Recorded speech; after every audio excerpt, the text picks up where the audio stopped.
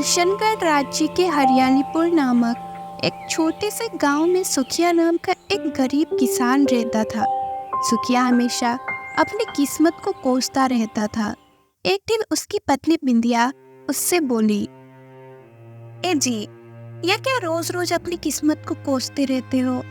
आपको शायद पता नहीं, जो अपनी किस्मत पर रोते हैं, एक दिन किस्मत सचमुच उनसे रूठ ही जाती है। अरे तो वैसे भी हमारी किस्मत कौन सी बड़ी मेहरबान चल रही है। अरे अपने पड़ोसी किसानों को देखो, कितने खुशहाल है। हर एक वो है और एक हम हैं। इतनी मेहनत के बाद भी हमारे पास सुख सुविधाओं का कोई साधन नहीं है। बेकार किस्मत है हमारी। धीरज रखिए, आपके पास भी वो सारी सुख सुविधाएं जरूर आएंगी जो हरियाणीपुर के और किसानों के पास है। आप दिन भर इतनी मेहनत करते हैं, मुझे पूरा यकीन है कि एक न एक दिन हमारी फसल पूरे गांव में सबसे अच्छी होगी। तब देखिएगा, हमारे दिन बदल जाएंगे। अरे बिंदिया, यही सोचते सोचते जवानी से बुढ़ापे की दहलीज तक आ चुका हूं मैं। हमारी बेटी राधा, अरे देखो तो सही, विवाह योग्य हो गई है। अरे कभी सोचा है, अगर हमारे हालात ऐसे ही रहे तो हम राधा का विवाह करेंगे कैसे? सोचा है क्या? चिंता मत कीजिए, हमारी राधा हरियाणीपुर की सबसे सुंदर लड़की है। उसकी सुंदरता के चर्चे दूर दूर तक फैले हैं। कोई ना कोई अच्छा वर मिल ही जाएगा। अपनी पत्नी की बात सुनकर सुखिया चुपचाप अपने खेत में चला गया और कड़ी धूप में हाल चलाने लगा। हाल चलाकर थोड़ा आराम करने के लिए वो पेड़ के नीचे बैठा ही था कि तभी हरियाणीपुर गांव का जमींदार वहां आ पहुंचा। मुस्कुराते हुए उसने सुखिया की ओर देखा और बोला, कैसा हो सुखिया? लगता है काफी मेहनत की है, जो थक गए हो। अरे जमींदार, तुम आज मेरे खेत की ओर कैसे निकल आए? तुमसे एक बहुत ही जरूरी काम था सुखिया। वह कैसा काम? सुखिया देखो, तुम्हारी एक सुंदर बेटी है और मेरा भी एक सुंदर बेटा है। मैं चाहता हूं कि तुम अपनी बेटी का विवाह मेरे बेटे से कर दो। सुखिया आप विश्वास भरी नजरों से जमींदार की ओर देखकर बोला, हाँ, अरे जमींदार, मेरे तो भाग्य खुल गए। मेरे लिए इससे बड़ी सौभाग्य की बात और क्या होगी। अरे मेरी बिटिया हरियाणीपुर के जमींदार के घर की बहू बने। ये तो बहुत अच्छी बात है। लेकिन मुझे दहेज में तुम्हारी ये सारी खेती चाहिए। ये सुनकर सुखिया बुरी तरह से चौंक पड़ा। अरे जमींदार, अगर मैं ये सारी खेती दहेज में दे दूंगा तो फिर मैं क्या करूंगा? वो सब मुझे नहीं पता।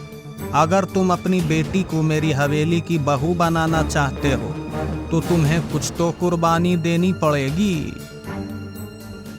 इतना कहकर जमींदार वहां से चला गया। शाम को सुखिया ने सारी घटना अपनी पत्नी को बताया और बोला, हाँ, अब तुम बताओ बिंदिया, मैं करूं तो करूं क्या? हरियाणीपुर का हर बच्चा जानता है कि जमींदार कितना बड़ा धोखेबाज है। क्या भरोसा है कि जमीन अपना नाम करवाने के बाद वो सच में अपने बेटे का विवाह हमारी बेटी से करेगा? हाँ, बात तो तुम सही कहती हो। ठीक है, मैं कल ही इस बारे में मुखिया जी से चर्चा करूंगा।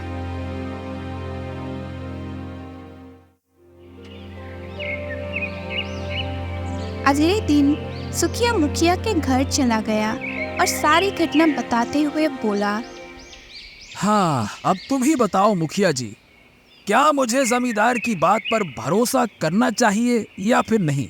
बताओ। देखो सुखिया, तुम जमींदार को नहीं जानते, आजकल उसने लोगों को ठगने का एक नया तरीका ढूंढ निकाला है। क्या मतलब?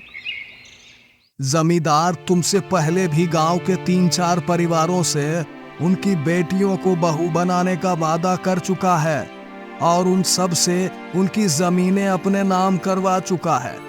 मुझे लगता है जमींदार की नजर अब तुम्हारी जमीन पर है। जहां तक मैं उसे जानता हूं, उसकी नजर बहुत ही बुरी है। अगर उसकी नजर तुम्हारी जमीन पर पड़ चुकी है तो तुम्हें सावधान रहना चाहिए। मुखिया की बात सुनकर उदास सुखिया अपने खेत पर लौट गया और एक घने वृक्ष के नीचे बैठकर उदासी भरे स्वर में बोला, हाँ, काश मेरे पास ऐसा कोई जादू मंत्र होता कि मैं जो चाहता वो हो जाता।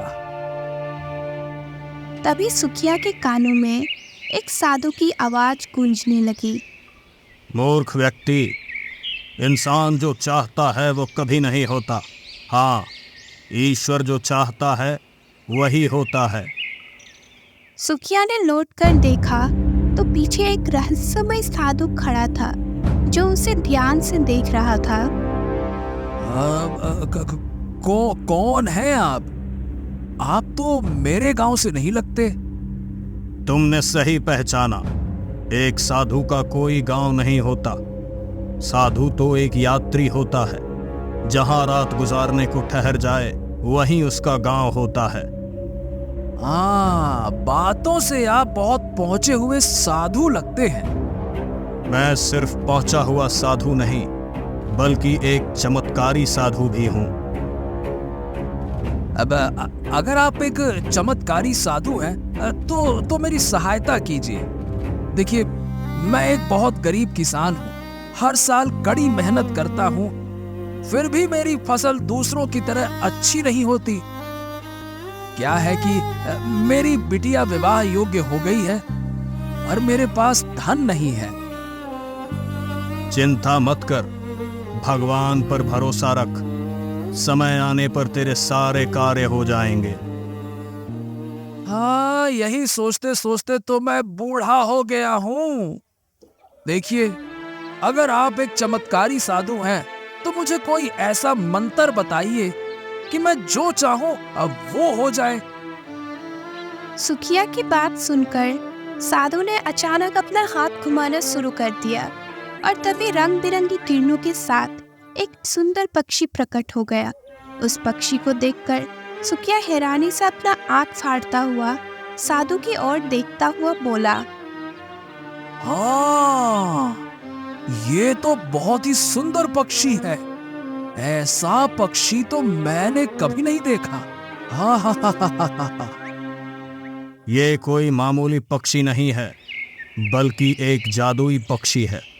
ये तेरी 3 इच्छाएं पूरी करेगा। इसका मतलब अगर मैं इस जादुई पक्षी से कोई भी इच्छा मांगूंगा या बताऊंगा तो वो पूरी हो जाएगी? साधु के कुछ कहने से पहले ही जादुई पक्षी सुखिया से बोला, मैं केवल तेरी इच्छाएं पूरी कर सकता हूँ, पर अगर तू किसी ऐसी वस्तु की इच्छा करेगा जो तेरी किस्मत में नहीं है तो वो तुझे मिलने के बाद भी कोई लाभ नहीं दे पाएगी। क्या मतलब? मतलब साफ है। हमारी किस्मत में जो लिखा होता है वो सही समय पर ही हमें मिलता है, और ये बात तुझे समय आने पर समझ में आ जाएगी। इतना कहकर साधु ने जादुई पक्षी से कहा, मेरे जादुई पक्षी, आज से तुम इसके साथ ही रहोगे। इतना कहकर साधु तेज कदमों से वहां से चला गया। सुखिया जादुई पक्षी को लेकर अपने घर आ गया। जादुई पक्षी को देखकर उसकी पत्नी बिंदिया और पुत्री राधा की आंखें फटी की फटी रह गई। पिताजी, ये तो बहुत ही सुंदर पक्षी है, ये आपको कहाँ से मिला? सुखिया सारी घटना अपनी पत्नी और बेटी को बताते हुए बोला, देखो, ये कोई मामूली पक्षी नहीं है, बल्कि ये एक जादुई पक्षी है। ये मेरी 3 इच्छाएं पूरी करेगा। आपकी हमेशा से एक ही इच्छा रहती है कि आपकी फसल हरियालीपुर में सबसे अच्छी उगे, तो फिर आप इस जादुई पक्षी से यही इच्छा क्यों नहीं मांगते? सुखिया ने जादुई पक्षी की ओर देखते हुए कहा, क्या ये मेरी इच्छा पूरी होगी? ठीक है, इस वर्ष हरियालीपुर में सबसे अच्छी फसल तुम्हारी ही उगेगी, लेकिन इसका मतलब ये नहीं है कि तुम मेहनत करना छोड़ दो। तुम्हें वैसे ही मेहनत करनी होगी जैसे तुम करते आए हो। जादुई पक्षी की बात सुनकर सुखिया मुस्कुराने लगा और उसके बाद उसने अपने खेत में कड़ी मेहनत शुरू कर दी। कुछ ही महीनों बाद सुखिया, उसकी पत्नी पिलिया और बेटी राधा अब इस विश्वास भरी नजरों से अपनी शानदार फसल को देख रहे थे। हाँ साधु महाराज ने सच कहा था, ये जादुई पक्षी तो वास्तव में चमत्कारी निकला। मेरी फसल तो हरियालीपुर में सबसे अच्छी उगी है।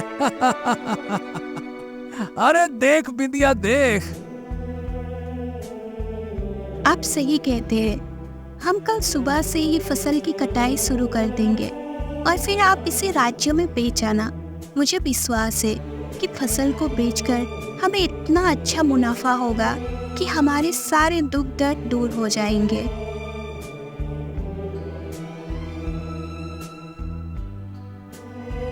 सुखिया खुशी खुशी अपने परिवार के साथ घर लौट आया, लेकिन घर पर आते ही भयंकर बारिश शुरू हो गई, जो रात भर होती रही।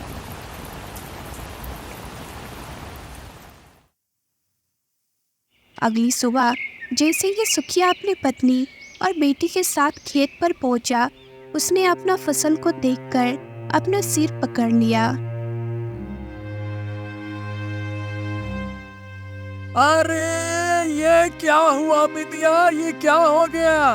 अरे अरे अरे, अरे, अरे, अरे हमारी फसल तो बर्बाद हो गई। हालांकि बारिश रात भर हुई थी, फिर भी और किसानों की फसल क्यों बर्बाद नहीं हुई? अरे ये क्या हो गया?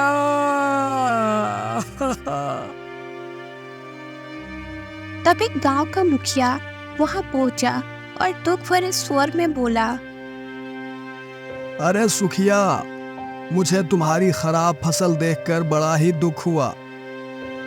क्या तुम जानते हो कि कल रात ओले गिरे थे? लेकिन आश्चर्य की बात यह है कि ओले किसी और किसान के खेत में नहीं, केवल तुम्हारे खेत में ही गिरे।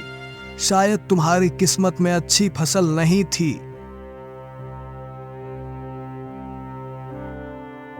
इतना कहकर मुखिया वहां से चला गया।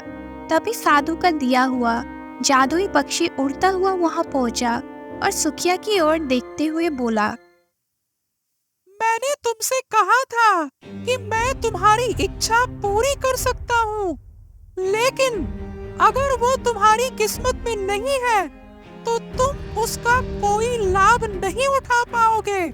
तुमने देखा, तुमने इच्छा की कि तुम्हारी हरियालीपुर में सबसे अच्छी फसल उगे और वो फसल उगी भी, लेकिन वो तुम्हारी किस्मत में नहीं थी। इसका परिणाम तुमने खुद देखा। देखो। अरे बकवास बंद कर जा अपनी बकवास जादुई पक्षी। अरे दिख नहीं रहा मैं बर्बाद हो गया हूँ, अब मैं क्या करूँ? अरे पहले खराब फसल होती थी तब भी मेरा परिवार पेट भर के खाना खा सकता था। अरे लेकिन अब तो मेरे पास कुछ बचा ही नहीं। ऊपर से हमारे राज्य का राजा भी इतना निर्दयी है कि प्रजा की कोई सहायता नहीं करता। अरे क्या करूं, मैं कहां फंस गया? आप चिंता क्यों करते हैं पिताजी? अभी आपकी 2 इच्छाएं बाकी है। सुखिया ने फिर से जादुई पक्षी की ओर देखते हुए कहा, मेरी अगली इच्छा ये है कि मैं महाराज से सहायता मांगने जाऊं और महाराज मुझे 25,000 स्वर्ण मुद्राएं दान दें। उन स्वर्ण मुद्राओं से मैं अपनी खेती का नुकसान भी पूरा कर सकता हूं और अपनी पुत्री का विवाह भी धूमधाम से कर सकता हूं। ठीक है, तुम्हारी ये इच्छा भी पूरी होगी।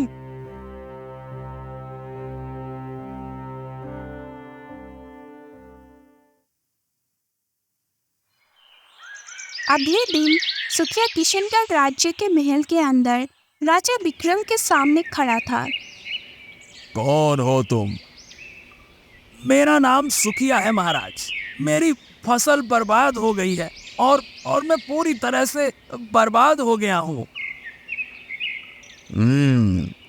बताओ तुम क्या चाहते हो? महाराज, मेरी एक पुत्री भी है, वो विवाह योग्य हो गई है और मैं चाहता हूँ कि आप मुझे 25,000 स्वर्ण मुद्राएं दान दें ताकि मैं अपनी खेती का नुकसान पूरा कर सकूं और अपनी बेटी का विवाह धूमधाम से कर सकूं। राजा विक्रम अपने मंत्री से बोला, मंत्री जी, वैसे तो मैं प्रजा की मदद नहीं करता, लेकिन न जाने क्यों इस व्यक्ति को देखकर मुझे बहुत दुख हो रहा है।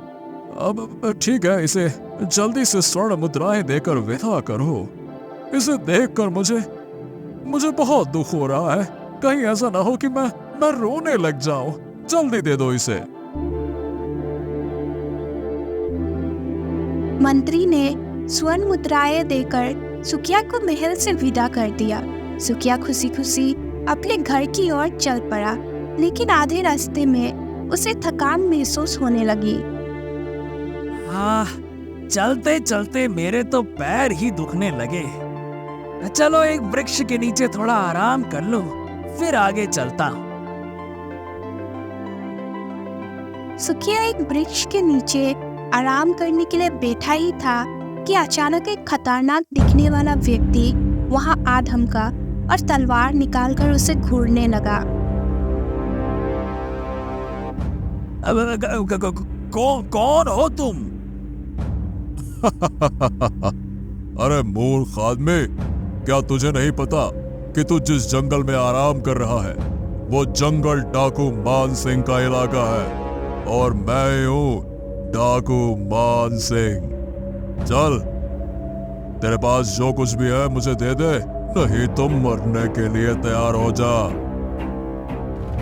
ये सुनकर सुखिया बुरी तरह से घबरा गया। देखो, मैं बहुत ही गरीब आदमी हूँ, मुझे छोड़ दो। मेरे पास कुछ नहीं है, बहुत गरीब आदमी हूँ, बहुत पीड़ा से गुजर रहा हूँ। अरे मूर्ख समझता है क्या? तेरी पोटली के कपड़े को मैं अच्छी तरह पहचानता हूँ। यह कपड़ा राजमहल में ही इस्तेमाल होता है। इसका मतलब है कि तू राजमहल से आ रहा है और इस पोटली में जरूर स्वर्ण मुद्राएं हैं। इतना कहकर डाकू मान सिंह ने सुखिया से स्वर्ण मुद्राओं की पोटली छीन ली और वहां से चला गया। सुखिया रोते हुए अपने घर पहुंचा और सारी घटना बताते हुए अपनी पत्नी से कहा, अरे मैं तो बर्बाद हो गया, लुट गया। अरे अब अगर मैं दोबारा महाराज के पास जाऊंगा तो वो मुझे दोषी समझेंगे और दोबारा मेरी कोई सहायता नहीं करेंगे। अरे मैं क्या करूं? तभी वहां जादुई पक्षी आ पहुंचा। अब तुम्हारी केवल आखिरी इच्छा ही बची है। जादुई पक्षी की बात सुनकर सुखिया गहरी सोच में डूबते हुए बोला, अरे अब मैं अपने लिए कुछ भी नहीं मांगूंगा। सुनो, मैं चाहता हूँ कि जमींदार मुझसे दान दहेज के बिना अपने पुत्र का विवाह मेरी बेटी से संपन्न करा दे। मेरी बेटी जमींदार के घर की बहू बन जाएगी और अपना सुखी जीवन व्यतीत करेगी। इससे अधिक मुझे और क्या चाहिए। ठीक है, जैसा तुम चाहो वैसा ही होगा।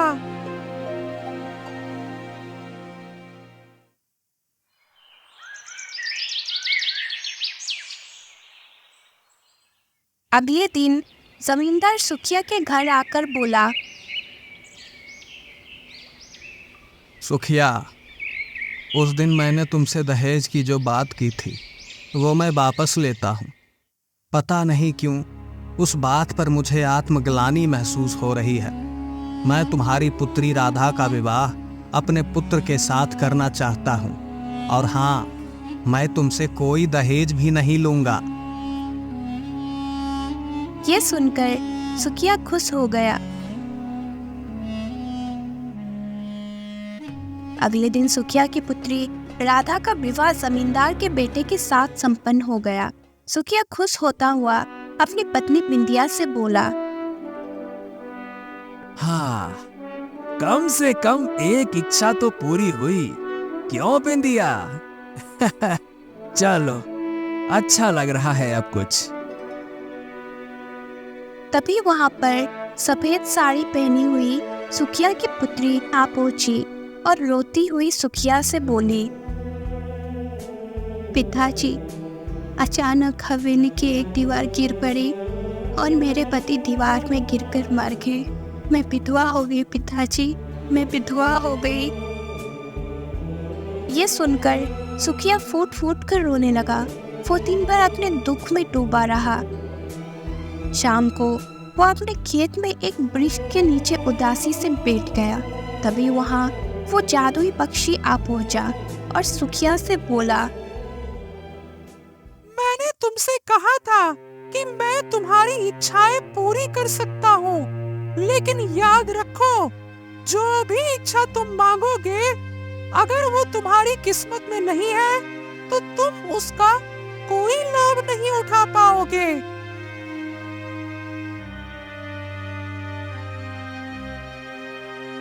अचानक वहां वही साधु आ गया और रहस्यमय अंदाज में सुखिया से बोला,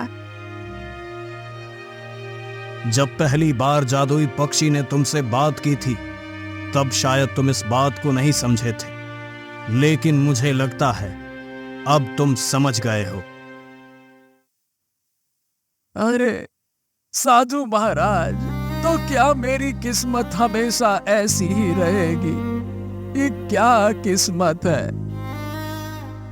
नहीं, मेरी एक बात हमेशा याद रखना, किस्मत उन्हीं की बदलती है जो अपने कर्म को ईमानदारी से करते हैं। वो फल की इच्छा नहीं रखते और भगवान पर भरोसा करते हैं और सही समय का इंतजार करते हैं।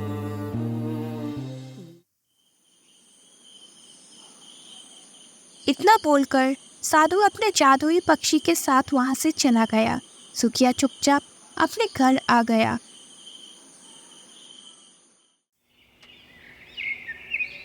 अगली सुबह सुखिया जैसे ही सोकर उठा, तभी दरवाजे की कुंडी पर किसी ने खटखटाया।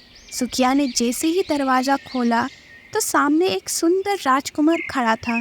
सुखिया राजकुमार को देखकर चौंक पड़ा। क्या आप मुझे अंदर आने के लिए नहीं कहेंगे? राजकुमार सुखिया के घर के अंदर आया और बोला, मैं राजा विक्रम का पुत्र अशोक हूँ। कुछ दिनों पहले मैं प्रजा का हाल चाल लेने के लिए निकला था। तभी मेरी नजर आपकी पुत्री पर पड़ी। मुझे पहली नजर में उससे प्रेम हो गया, मगर महल जाने के बाद मैं आपके गांव का नाम भूल गया। तब से मैं इस गांव का नाम लगातार याद कर रहा था जहां मैंने आपकी सुंदर कन्या को देखा था। परंतु आज रात मुझे अचानक याद आ गया और मैं यहां तक आ पहुंचा। मैं आपकी पुत्री से विवाह करना चाहता हूं। लेकिन राजकुमार, मेरी पुत्री एक विधवा है। हाँ, मुझे गांव के लोगों ने बताया, परंतु मुझे कोई आपत्ति नहीं है। मैं फिर भी उससे विवाह करना चाहता हूँ और मैं उससे विवाह आज ही करूंगा। राजकुमार उसी दिन सुकिया की पुत्री राधा से मंदिर में विवाह करके अपने महल में ले गया। सुकिया को अभी भी विश्वास नहीं हो रहा था कि उसकी पुत्री किशनगढ़ राज्य की रानी बन चुकी है। सुकिया खुशी के मारे पूरी रात नहीं सोया। अगली सुबह सुकिया जैसे ही सोकर उठा तभी उसने देखा कि उसके घर के अंदर वही डाकू खड़ा था जिसने उससे स्वर्ण मुद्राएं लूटी थी। सुकिया डाकू को देखकर डर गया, लेकिन उसने देखा कि डाकू सुकिया से ज्यादा डरा हुआ था। मुझे पता चला कि तुम्हारी पुत्री का विवाह राजा विक्रम के पुत्र अशोक से हो गया। जब मैंने सुना तो मैं बुरी तरह से डर गया, क्योंकि मैं हरियालीपुर गांव आता जाता रहता हूं। मैं तुम्हारी 25,000 स्वर्ण मुद्राएं वापस लौटाने आया हूं और मैं डकैती का काम भी छोड़ रहा हूं। तुम मेरी शिकायत अपने दामाद से मत करना, नहीं तो वो मुझे फांसी पर लटका देगा। कृपया करके मेरा मान रख लेना, मैंने तुम्हारे पैसे वापस कर दिए। इतना बोलकर डाकू मानसिंह 25,000 स्वर्ण मुद्राएं वापस लौटाकर वहां से भाग गया। सुकिया खुशी से अपनी पत्नी से बोला, अरे बिंदिया, अब तो हमारे काम लगातार बन रहे हैं।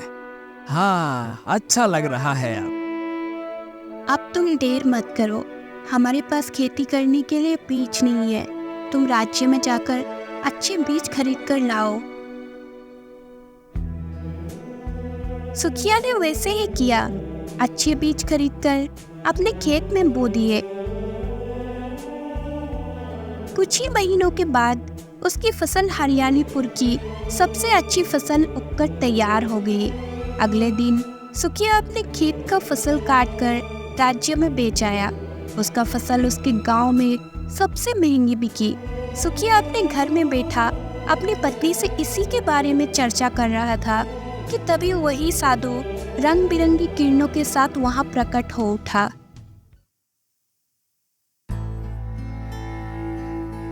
मैंने कहा था ना, मैं चमत्कारिक साधु भी हूं। देखा, जब तुम्हारा सही समय आया, तुम्हारी किस्मत के सितारे अपने आप पलट गए। अरे अरे, मुझे विश्वास हो गया साधु महाराज कि हमारी किस्मत में जो लिखा होता है वो हमें सही समय आने पर ही मिलता है, और सही समय हमारे लिए क्या है ये ईश्वर से बेहतर और कोई नहीं जानता। और जब सही समय आता है तब गरीब से गरीब किसान की किस्मत भी बदल जाती है। इतना बोलकर साधु तेज किरणों के साथ वहां से गायब हो गया और सुकिया अपनी पत्नी बिंदिया के साथ सुखी जीवन बिताने लगा।